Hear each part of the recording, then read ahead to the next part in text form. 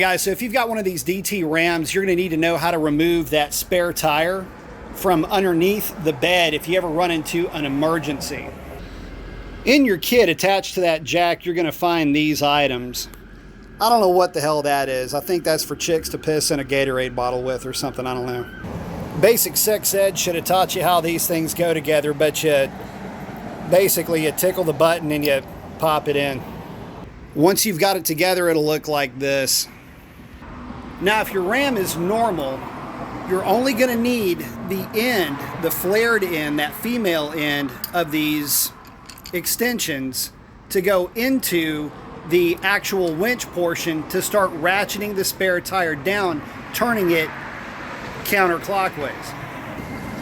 By this time, you'll have figured out that you would have needed to remove this cover, and then right in there where that white portion is, that's where you're going to be inserting that female flared end.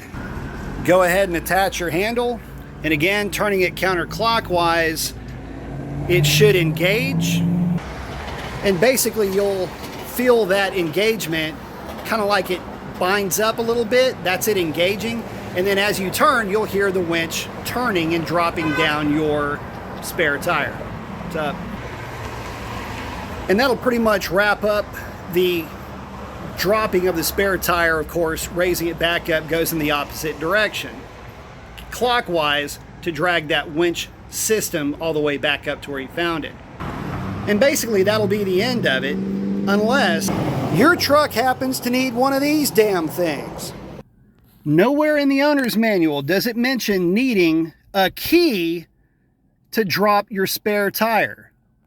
And yet here it is. Now, as you can see, it does have the button. It is the male end, and this would slide into that flared female end with a lug type lock at the end of it.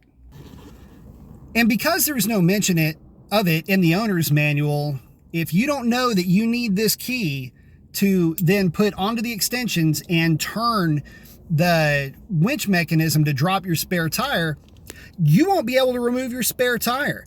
Interesting that not only is it not in the owner's manual, and yeah, I've literally read it, I've downloaded it. There's your jacking points, just in case you need that. Pause if you need to. Yep, still no mention of a key, guys. No mention. Up, and we're done with the tire changing section. The key is not located with the rest of the kit for your jack or your extensions or your handle. No. It will be, or at least it should be, located in your glove compartment, away from the jack and the extensions and everything else, and still not being mentioned anywhere. And again, in your glove compartment, along with your whatever the hell this thing is. Here's the envelope that it's in. It's got the lock card.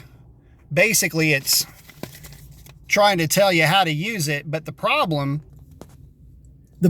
is if you didn't pay attention, or you didn't open the bag, or even think that you would ever have a lock back there, you could be mistaken and forgiven to think that it had something to do with trailer towing or with whatever else they're going to put in there. So yeah, if you didn't know that you need a key, now you do. Now, not all DT Rams need it. The TRX doesn't need it, and I'm sure there's quite a few other trucks that don't, but some do. And there's really no really good way to determine which ones need it or don't. So check in your glove compartment and make sure that you do or don't have that key in your glove compartment already, if you didn't clean it out or throw it away, or just things happen, right?